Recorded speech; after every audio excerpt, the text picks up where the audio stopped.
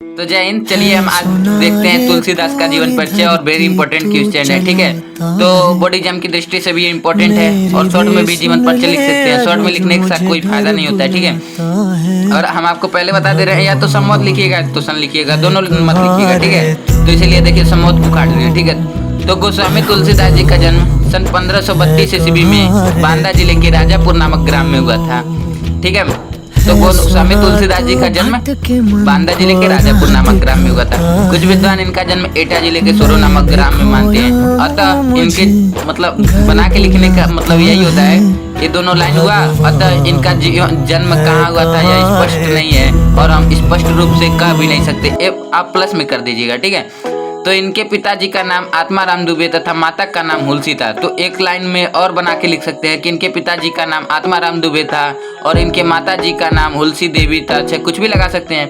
तुलसीदास जी का जन्म अभुक्त मूल नक्षत्र में होने के कारण, अभुक्त मूल नक्षत्र को हम अपने टीचर से पूछे थे तो सतैसा बोल रहे थे वो, ठीक है। तो जी का जन्म अभुक्त मूल नक्षत्र में होने के कारण इनके माता पिता ने बाल्यकाल में ही त्याग दिया, ठीक है। आप इसको कहानी तरह मतलब दो तरह से होता है, ठीक है। तो इनके मतलब जन्म से ही इनके 32 दांत थे, ठीक है।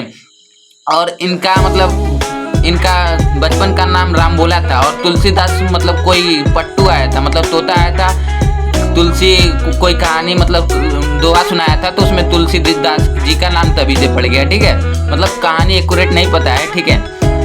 तो अभुक्त मूल नक्षत्र में होने के कारण इनके माता पिता ने इन्हें बाल्यकाल में ही त्याग दिया। इनको बचपन में अनेकानेक आपदाओं के बीच व्यतीत रहना, इन्हें बाल्यकाल में त्याग दिया। इनको बचपन में अनेकानेक आपदाओं का सामना करना पड़ा और व्यतीत हुआ। इनका बचपन अनेकानेक आपदाओं के बीच व्यतीत हुआ, ठीक है। और इनको बचपन में अनेक कष्टों का सामना करना पड़ा, ठीक है।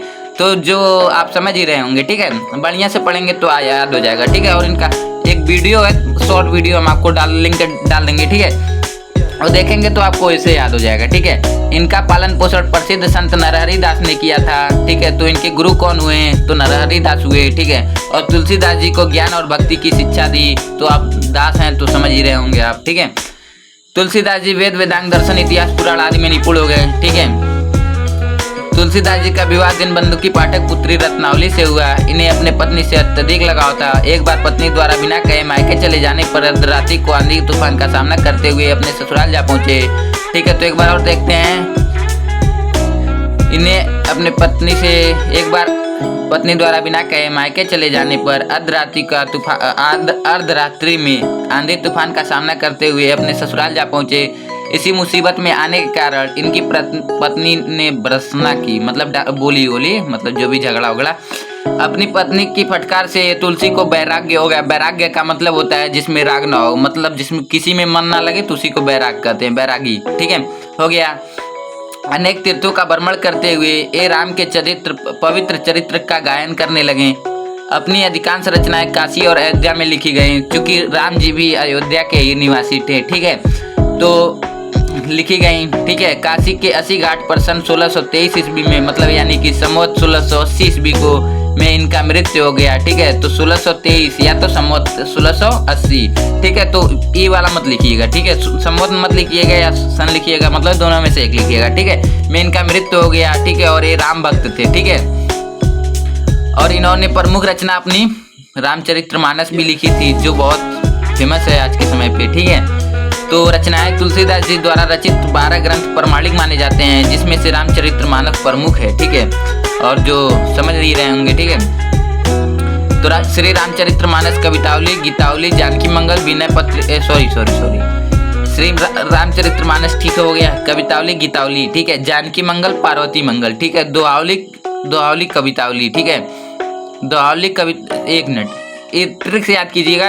रामचरितमानस तो ये आपको याद ही होगा, ठीक है। कवितावली, गीतावली, दोहावली, ठीक है।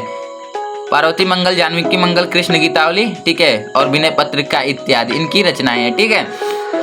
तो ये पूरा मतलब जीवन परिचय है, शॉर्ट में हम बता दिए हैं, पर आप लॉन्ग में लिखिएगा, ठीक है, लाइन बढ़ा के।